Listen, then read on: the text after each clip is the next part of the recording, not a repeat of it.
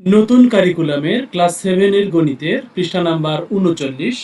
এখানে আমরা সূচকের ঋণাত্মক বিধি শিখব এবং এই সাথে আমরা এই 12টা অঙ্কের সমাধান সহজ পদ্ধতিতে দেখব।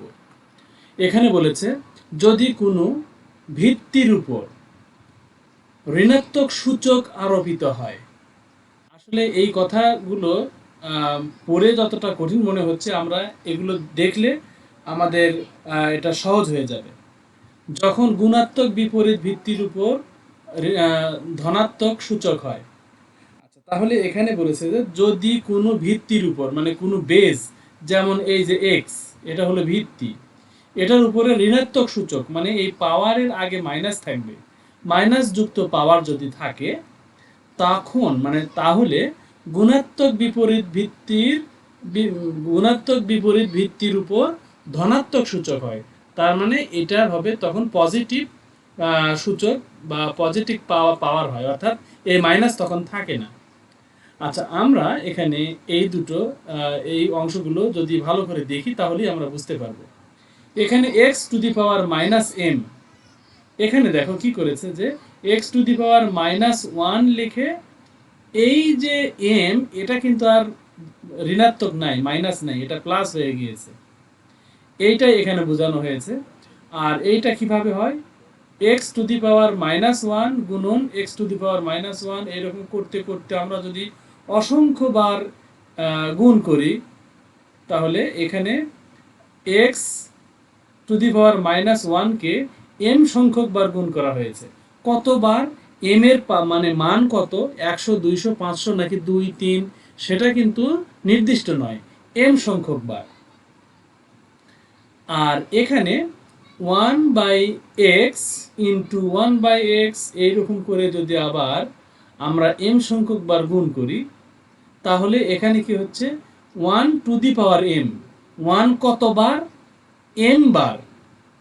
এটা 5 বার হতে পারে, 2 বার হতে পারে, 1 বার হতে পারে, 9 বার হতে পারে, অসংখ্য বার হতে পারে। আচ্ছা, তাহলে 1 এর উপরে পাওয়ার থাকলো এম আর x এর উপরে পাওয়ার এম। এখন আমরা জানি এখানে এই x to the power m নিচেই থাকলো, যা আছে তাই, এটাকে আর চেঞ্জ করা যাচ্ছে না। আর এইখানে আমাদের শুধুমাত্র 1 থাকলো, পাওয়ারটা থাকলো না। এখানে বলেছে যে উল্লেখ্য যে 1 টু দি পাওয়ার এম, এখানে এম সংখ্যক 1, কতবার 1, এম সংখ্যক বার 1। তাহলে এইখানে আমরা এম এর যেহেতু ভ্যালু আমাদের জানা নাই, এই জন্য এটা হলো অজানা সংখ্যা। এখানে 1, এখানে এম কে ধনাত্মক পূর্ণ সংখ্যা, তার মানে এই যে এম, এটার আগে যদি মাইনাস থাকতো তাহলে ঋণাত্মক হতো, যেহেতু মাইনাস নাই এই জন্য এটা হলো, এমটা হলো ধনাত্মক পূর্ণ সংখ্যা। আচ্ছা, এরপরে আমরা একক কাজ এই কয়টা সমাধান করব। আমাদের এই কয়টা সমাধান করতে গেলেই আমাদের এই জটিল কথাগুলো আরো ভালোভাবে আমরা বুঝতে পারবো। তাহলে সমাধান শুরু করি নাম্বার 1 থেকে। উপরের আলোচনার সাহায্য নিয়ে নিচের রাশিগুলো সরল করো। আচ্ছা, তাহলে আমরা নাম্বার 1 শুরু করি। এইটা নাম্বার 1, 2, 3, 4 এরকম করে সবগুলোই আমরা করব। এখন নাম্বার 1, এখানে আমরা দেখতে পাচ্ছি যে পাওয়ার রয়েছে 0। তাহলে এই 0টা দিয়ে আমরা যদি 2 এর উপরে পাওয়ার দেই তাহলে 2 টু দি পাওয়ার 0, এই 0 আবার এই -2 এর সাথে যদি গুণ করে বসাই তাহলে 0ই হয়। আবার এই 0 যদি আবার b এর উপরে পাওয়ার দেই তাহলে 0ই হয়। তার মানে সবগুলোই 0 হয়ে গিয়েছে। এখন 2 কে 0 বার গুণ করলে এটা কিন্তু আমাদের এখানে 0 হয়ে যাচ্ছে না, 1 হচ্ছে। মানে যখন পাওয়ার 0 হবে তখন তার মান 1 হবে। আচ্ছা, এখন আমরা এখানে 1 গুণন 1 গুণন 1, তার মানে এখানে আমাদের হবে 1, এটার মান হবে 1। আচ্ছা, এরপরে আমরা পরেরটাতে যাই। এখানে আমরা দেখতে পাচ্ছি যে y টু দি পাওয়ার -2, এই যে পয়েন্ট, এটা কিন্তু ডেসিমাল বা পয়েন্ট নয়, এটা হলো গুণন। তাহলে আমরা জানি যে গুণের সময় পাওয়ারগুলো যোগ হবে। তাহলে -2 আর -4 যোগ করব। এই যে -2 যোগ -4। এখন দেখো এখানে মাইনাস আর প্লাস এক জায়গায় এসেছে, এখন এই দুটা মিলে প্লাস মাইনাস মিলে মাইনাস হয়ে যাবে, এই যে মাইনাস হয়ে গেল। এখন এটাও মাইনাস এটাও মাইনাস, মাইনাস মাইনাসে প্লাস, 4 আর 2 যদি প্লাস করি যোগ করি তাহলে 6 হবে। আর বড়টাতে মাইনাস আছে এই জন্য এখানে মাইনাস থাকলো। তাহলে এটার অ্যান্সার হলো y⁻⁻6। এটাকে আমরা আরও এক ধাপ লিখতে পারি যে এখানে ওয়াইকে নিচে নিয়ে যাব, তার উপরে মাইনাস বাদ দিয়ে শুধু 6 লিখব, আর এই মাইনাসের জন্য আমরা উপরে 1 দেব। এইভাবে আমরা এটার অ্যান্সার বানাতে পারি।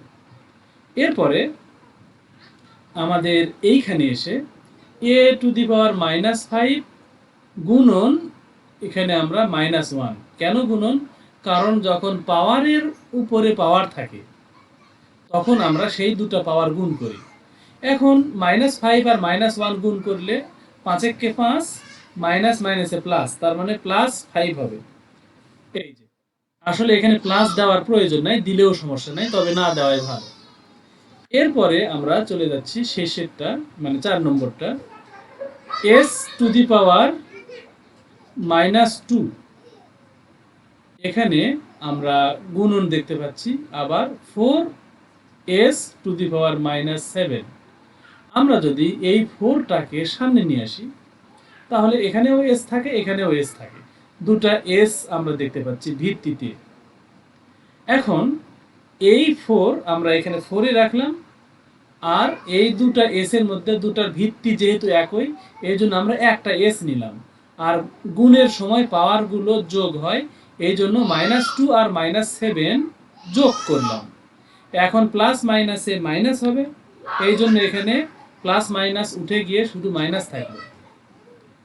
তারপরে এখানে আমাদের মাইনাস মাইনাসে প্লাস, মানে 7 আর 2 যোগ করলে হচ্ছে 9, -9। তার মানে এটা হলো আমাদের 4s⁻⁻9। এখন আমরা এটাকে এইভাবে লিখতে পারি যে 4 4ই থাকলো, আর এখানে আমরা s⁻⁻9 এটার মাঝখানে আমরা গুণ চিহ্ন দিতে পারি। এখানে কোনো চিহ্ন নাই মানে গুণ আছে, এটা যদি আমরা গুণ চিহ্ন দিয়ে দেখাই তাহলে 4 আর s⁻⁻9 আলাদা করে বোঝা যায়। এখন আমরা 4কে 4ই রাখলাম, আর এই মাইনাসের কারণে 1 দিলাম, আর s⁻9 আমরা নিচে নিয়ে গেলাম। এখন দেখো 4 আর 1 এই দুটা গুণ করে আমরা 4 একে 4 উপরে লিখলাম, নিচে যা আছে তাই রাখলাম। এটাই হলো আমাদের অ্যান্সার। তাহলে এরপরের 4টা আমরা এখন করব। প্রথম 4টা আমাদের হয়ে গেল, পরের 4টা এখানে আমাদের 3x⁻⁻2 y⁻⁻3 হোল⁻⁻4। এখন এখানে আমাদের -4 দিয়ে এই 3-র পাওয়ার এখানে কিছু নাই, 3-র উপরে পাওয়ার নাই মানে 1 আছে, তাহলে সেই 1-এর সাথে -4 গুণ করলে -4ই হয়। -2 আর -4 গুণ করলে মাইনাস মাইনাসে প্লাস, 2 আর 4 গুণ করলে 8 +8 হচ্ছে। তারপরে -3 আর -4 যদি গুণ করি তাহলে মাইনাস মাইনাসে প্লাস, 3 4-এ 12, এইটা আমাদের হয়। এটাই হলো আমাদের প্রথম লাইন। দ্বিতীয় লাইনে এসে আমরা এই মাইনাসটাকে 1 করে দিলাম, 3⁴ নিচে লিখলাম। তারপরে আমরা এইখানে এইটা করতে পারি যে যেহেতু 1 দিয়ে এই দুটোকে গুণ x আর y, তার মানে এখানে যা আছে সেটাই উপরে যাবে, আর 3⁴ এটা নিচে থাকবে। এখন আমরা 3 গুণন 3 গুণন 3 গুণন 3 যদি 4 বার লিখে গুণ করি তাহলে 81 হয়। তাহলে এটাই হলো আমাদের অ্যান্সার। এখানে বোঝাই যাচ্ছে যে পাওয়ার এই পাশে 0 থাকার কারণে এটার অ্যান্সার 1 হবে, আমরা দেখতেই পাচ্ছি। তবুও কিভাবে 1 হয় সেটা আমরা দেখব। এই পাওয়ার 0 এটা আসলে এই ব্র্যাকেটের মধ্যে যা আছে সবগুলোর উপরেই পড়বে। তাহলে এই পাওয়ার 0 যদি 2 এর উপরে গুণ করি তাহলে s এর পাওয়ার 0 হয়ে যায়। আবার t এর উপরে পাওয়ার রয়েছে -4, সেই -4 আর এই 0 গুণ করলে 0ই হয়। এখন দেখো এখানে s এর পাওয়ার 0, তার মানে এখানে আসলে এটার মান হবে 1, গুণনই থাকলো, টির উপরে পাওয়ার 0 রয়েছে, তার মানে এটারও মান হবে 1। এখন 1 আর 1 গুণ করলে ওই 1ই হয়। যেভাবেই হোক না কেন আমরা দেখতেই পাচ্ছি এটার অ্যান্সার 1 হবে। এরপরে আমরা এইখানে আসব, এটা হলো 2 to the power -2 by x whole to the power -1। তার মানে -1 এইটা এই ব্র্যাকেটের মধ্যে যতগুলো রয়েছে সবগুলোর উপরেই পড়বে। তার মানে আমরা এই -1 আর এই -2 গুণ করলে মাইনাস মাইনাসে প্লাস, আর 2 একে 2, এই বেস 2 থাকলো, আর পাওয়ার হলো 2 একে 2। আর নিচে আমাদের এক্স এর উপরে পাওয়ার এখানে দেখা যাচ্ছে না, আসলে এখানে 1 রয়েছে পাওয়ার, কিছু নাই মানে 1 মনে করতে হবে, +1। তাহলে সেই +1 আর -1 গুণ করলে -1 হয়, প্লাস মাইনাসে মাইনাস, 1 একে 1। এখন আমরা এখানে করতে পারি যে 2 দুগুণে 4, উপরে 4 হলো, আর নিচে হলো এই মাইনাসের জন্য আমরা এখানে 1 ধরলাম, আর x টু দি পাওয়ার 1 আমরা নিচে লিখলাম। তাহলে এখানে লব হলো আমাদের 4, আর হর হলো 1/x টু দি পাওয়ার 1। এখন এইটাকে আমরা যদি আরেকটু মডিফাই করি, এইরকম হবে, আমরা আসলে উপরে যেটা থাকে সেটা হলো ভাজ্য, তার মানে আমরা এখানে লিখলাম, আর এই যে ডিভাইডার লাইন এটাকে আমরা ভাগ চিহ্ন হিসেবে লিখলাম। লিখলে আমাদের 1/x টু দি পাওয়ার 1, এই 1 দেওয়া না দেওয়া সমান কথা, এখানে আর 1 দেওয়ার দরকার নেই, কারণ পাওয়ার 1 মানে সেটা আর দেওয়ার প্রয়োজন হয় না। আচ্ছা, এখন এই অবস্থা থেকে আমরা যদি এটাকে এইরকম করি, ভাগটাকে গুণ করে দেই, তাহলে আমরা জানি 1/x উল্টে গিয়ে x/1 হয়ে যাবে। এখন দেখো 4 আর x গুণ করে উপরে লেখো 4x, আর নিচের এই 1 লেখা না লেখা সমান কথা। নিচে আমরা একটা টান দিয়ে 1 লিখতেও পারি, অথবা সেটা লেখার প্রয়োজনও নাই, কারণ নিচে যখন 1 থাকে বা হর যখন 1 হয় তখন সেই 1-এর কোনো মূল্য হয় না। আচ্ছা, এরপরে আমরা চলে যাচ্ছি এইটাতে। এখন এখানে আমরা এইরকম লিখব যে -2 দিয়ে আমরা এখানে কি করলাম যে 3 টু দি পাওয়ার 9, এটা আমরা এখানে যা আছে তাই লিখলাম। আবার যেহেতু এইটা ভাগের ক্ষেত্রে আমরা এই জন্য এখানে মাইনাস দিলাম। এই যে এটা হলো ডিভাইডার লাইন মানে ভাগ, এই ভাগের ক্ষেত্রে আমরা এখানে সূচকে বিয়োগ দিলাম, ভাগের ক্ষেত্রে বিয়োগ হয়। কি বিয়োগ করব? এই -5কে বিয়োগ করব। তাহলে আমরা এখানে ব্র্যাকেট আবার দিলাম, দিয়ে -2, এখানে হোল টু দি পাওয়ার -2 রয়েছে, এখানেও তাই দিলাম, মানে যা আছে তাই দিলাম। শুধুমাত্র কি করলাম, এখানে লব হর ছিল, এটা না লিখে আমরা কি করলাম, এই ভাগের কারণে এই মাইনাসটা আনলাম, অতিরিক্ত এই কালো যে মাইনাস, এই মাইনাসটা আনলাম, আর কোনো কাজ এখানে হয়নি। আচ্ছা, এখন আমরা 9 -5, এখন এই যে দুটা মাইনাস মাইনাসে প্লাস হয়ে যাবে, এই যে প্লাস হয়ে গেল, আর কোনো কাজ হয়নি। দেখো শুধুমাত্র দুটা মাইনাস মিলে একটা প্লাস হয়ে গেল। এখন 9 আর 5 যোগ করলে 3-এর উপরে পাওয়ার হবে 14, তারপরে হোল টু দি পাওয়ার -2। এখন আমরা পরের লাইনে করব যে এই 14 আর -2 গুণ করে দেব, তাহলে 14 দুগুণে 28, প্লাস মাইনাসে মাইনাস, -28 হবে। প্লাস কোথায়? 14-র আগে কিছু নাই মানে প্লাস আছে, সেই প্লাস, আর এই যে 2 এর মাইনাস, প্লাস মাইনাসে মাইনাস, 14 দুগুণে 28। এখন আমরা কি করতে পারি, এই মাইনাসের কারণে 1 উপরে লিখতে পারি, আর নিচে 3 টু দি পাওয়ার 28, এটা করতে পারি। আরও এক ধাপ লেখা যায়, তবে সেটা অনেক সময়ের ব্যাপার। 28 বার 3 লিখে যদি গুণ করি, সেটা যত হবে তত বড় একটা সংখ্যা আমাদের এখানে লিখতে হবে, সুতরাং সেটার প্রয়োজন নাই, এটাই আমাদের অ্যান্সার। এরপরে আরও 4টা রয়েছে, আমরা একে একে সমাধান করি। এইটাতে দেখো আমরা দেখতে পাচ্ছি s to the power 2, t to the power -2 divided by, এই লাইনকে আমরা ডিভাইডেড বাই পড়ব, divided by s to the power 4, t to the power 4, আর এই ব্র্যাকেট থাকার কারণে আমরা পড়ব হোল টু দি পাওয়ার -2। যখন ব্র্যাকেট থাকবে সেটাকে আমরা পড়ব হোল টু দি পাওয়ার -2। এখন আমরা এখানে কি কাজটা করব, এই যে এস আর এই যে এস, দুটাই এস, তার মানে কি এস টু দি পাওয়ার 2 আর এস টু দি পাওয়ার 4 এই দুটা ভাগ অবস্থায় আছে, কারণ এখানে ডিভাইডেড বাই আছে। আর ভাগের কারণে আমরা এই যে মাইনাস নিয়ে আসব, তাহলে এই 2 আর এই 4 আমরা বিয়োগ করব, পাওয়ার দুটা বিয়োগ করব।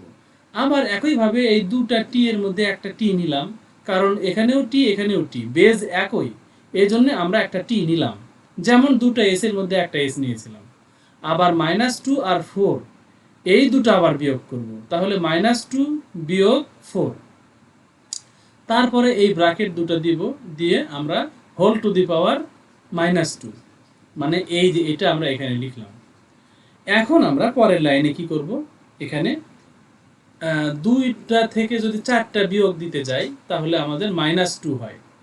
তার মানে আমরা 2 টাকা আছে আমাদের কাছে, 4 টাকা খরচ করলাম, তার মানে 2 টাকা ঋণ থাকলো।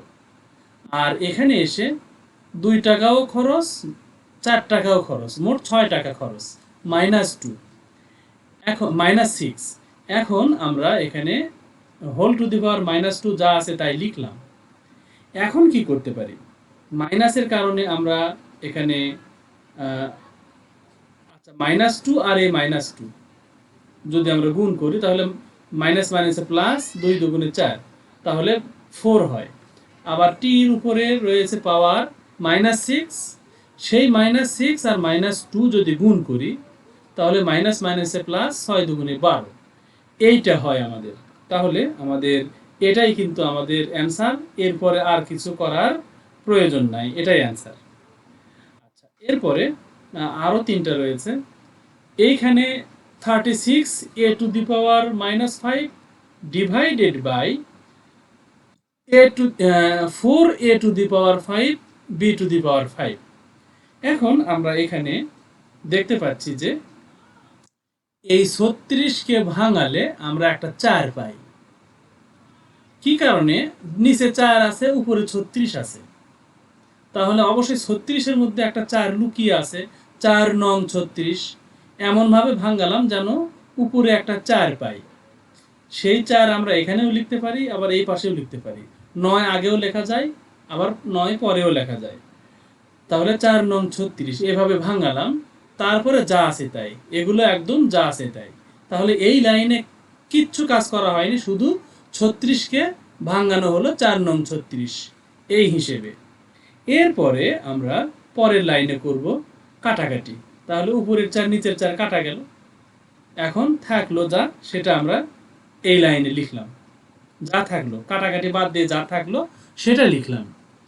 এখন দেখো এখানেও এ রয়েছে, এখানেও এ রয়েছে, তাহলে আমরা এখানে এরকম করতে পারি যে এই 9-এর জায়গায় 9ই থাকলো, আর এই -5 আর এই 5 এই দুটা পাওয়ার বিয়োগ হলো, এই যে বিয়োগ হলো। বিয়োগ কেন হলো, কারণ এখানে ডিভাইডেড লাইন আছে, ডিভাইডার লাইন, তাহলে এই ভাগের কারণে এই পাওয়ার দুটো এখানে বিয়োগ হলো, মানে -5 আর এই 5, -5 বিয়োগ 5, তাহলে এখানে এইরকম করে বিয়োগ হলো। আর নিচে এই b টু দি পাওয়ার 5 নিচে রয়ে গেল।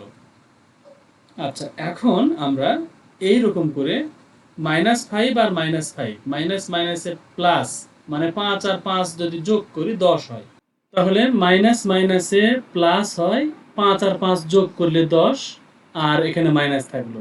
এখন 9a to the power -10 divided by b to the power 5, এইটাই আমাদের এই অঙ্কের অ্যান্সার হলো। এরপরে আমরা এই অঙ্কে যাই, পরের অঙ্কে।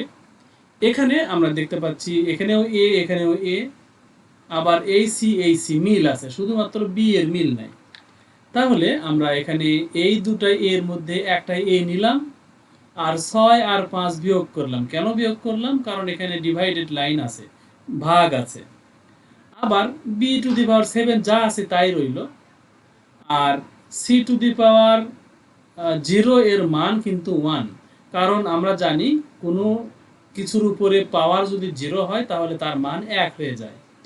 আর নিচে এই a⁵ এটা তো এখানে চলে গেল মাইনাস হয়ে, আর থাকলো c⁶ নিচে এটা থাকলো।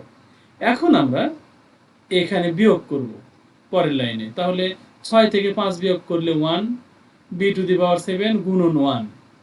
এখন এই পাওয়ার 1 এখানে লেখা না লেখা সমান কথা, এখানে লিখলেও হয় না লিখলেও হয়। এখন আমরা পরের লাইনে যাব, এখান থেকে এই 1টা আমরা তুলে ফেললাম, b⁵ যা আছে তাই লিখলাম, আর গুণন 1 এটা রাখার দরকার নাই, কারণ 1 দিয়ে গুণ করলে যাকে গুণ করব সেটাই হয়। আচ্ছা, তাহলে নিচে যে রইল c⁶, তাহলে এটাই হলো আমাদের অ্যান্সার। এরপরে আমাদের এই অঙ্কটা আমরা করব। এখানে ওই অঙ্কটার মতোই, কিন্তু একটু মাইনাস রয়েছে, এই জন্য এই অঙ্কটা একটু বড় হবে।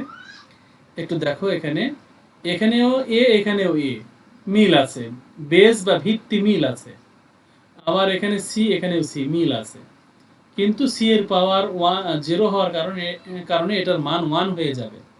এখন আমরা এই যে এ আর এই যে এ, এই দুটো এর কারণে একটা এ নিলাম, আর -6 আর 5 এই দুটো বিয়োগ করলাম, -6 বিয়োগ 5। কেন বিয়োগ করলাম? কারণ ভাগ আছে এখানে। আবার b⁵ যা আছে তাই, সি এর উপরে পাওয়ার 0 হলে, মানে কোনো কিছুর উপরে পাওয়ার 0 হলে তার মান হয়ে যায় 1, এই জন্য c⁵ এটা হয়ে গেল 1। আর নিচে a⁵, এটা তো এই 5টা মাইনাস হয়ে আসলো এখানে, আর থাকলো c⁻⁻6। আচ্ছা, এখন আমরা এই দুটা বিয়োগ করি, মাইনাস আর মাইনাস, মাইনাস মাইনাসে প্লাস, তার মানে 6 আর 5 11, -11 হবে। a⁻⁻11, b⁵ গুণন 1 লেখার দরকার নেই, আর নিচে যা আছে তাই। এরপরে আমরা, যেহেতু এটা ভাগ, এর জন্য আমরা ভাগ চিহ্ন দিয়ে লিখব। তাহলে আমরা এখানে কিচ্ছুই করলাম না, উপরেরটা আমরা এখানে লিখলাম, এই মানে ডিভাইডার লাইনকে ভাগ চিহ্ন বানিয়ে দিলাম, c⁻⁻6 কে আমরা এভাবে লিখলাম। এরপরে আমরা কি করব, যে এই যে মাইনাস, এই মাইনাসের কারণে আমরা এখানে 1 নিলাম, আর a⁻11 নিচে লিখলাম, গুণন b⁵, এই গুণ চিহ্ন দিলেও হয় না দিলেও হয়, সমস্যা নেই, তবে এখানে ভাগ চিহ্ন অবশ্যই দিতে হবে।